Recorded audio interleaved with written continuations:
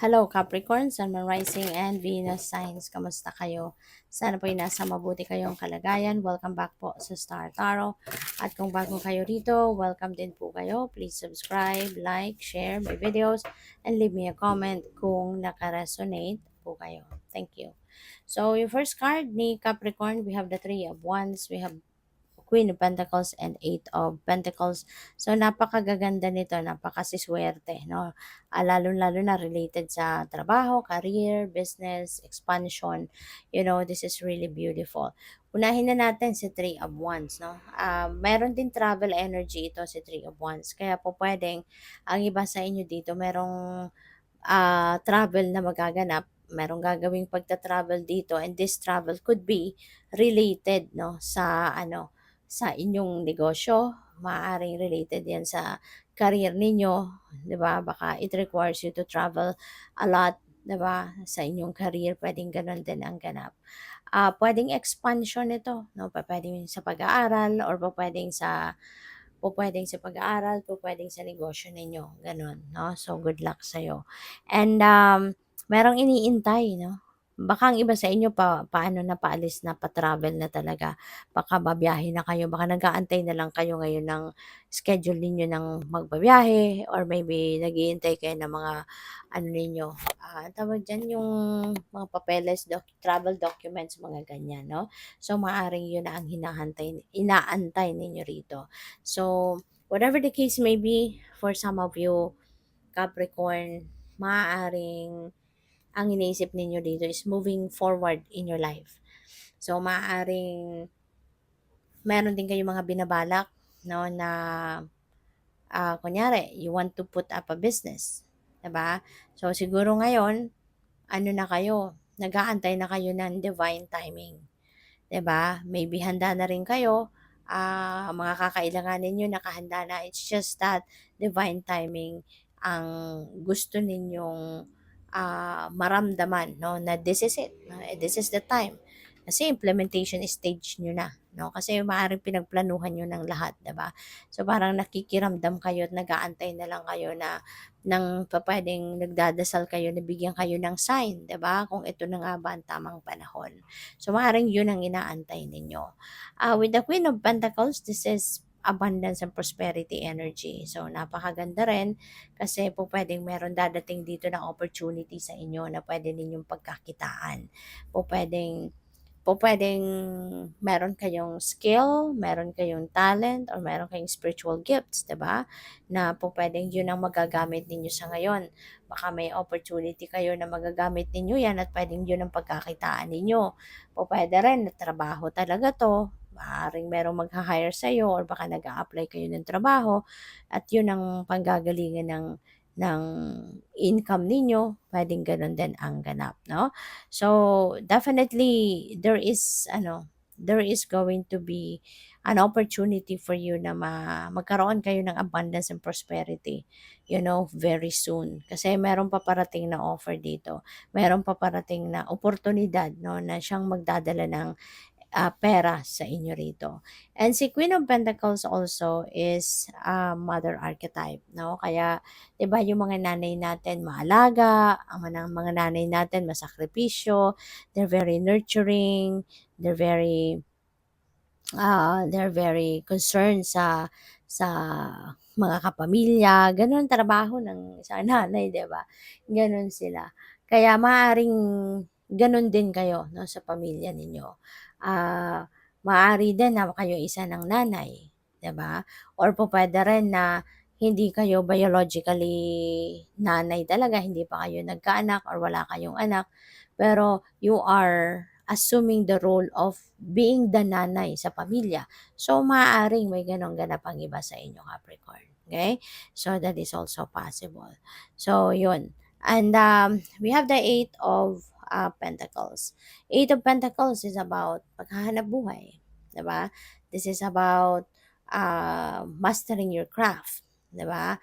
Maaaring iba sa inyo, ang ginagawa ngayon, nag-aano, tawag dito, baka nag attend ng mga trainings, 'di ba, nagwo-workshop para na mas ma-hone pa ninyo yung talent ninyo, yung skills ninyo, or para mas maging magaling pa kayo sa expertise ninyo, 'di ba? Mas ma-develop pa kumbaga ang skills ninyo, mga talents ninyo. So maaring 'yun ang ginagawa ng iba sa inyo sa ngayon. So good luck.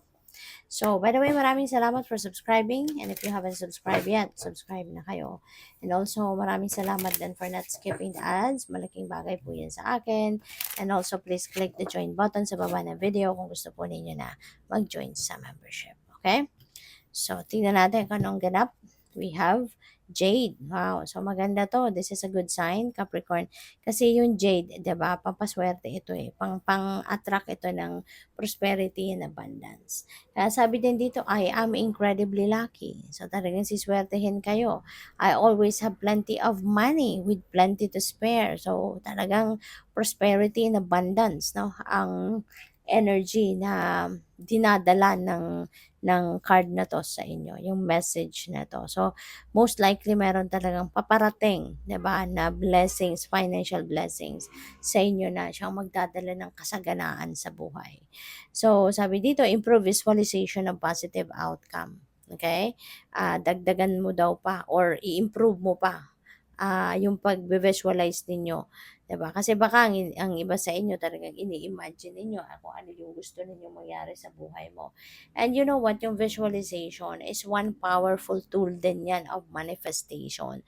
Kung ano yung gusto ninyong ma-manifest sa buhay mo, ano gusto mong ma-experience sa buhay mo, i-visualize ninyo yan. Imagine ninyo kung papaano ninyo gustong i-experience yung bagay na yan, pinapangarap ninyo.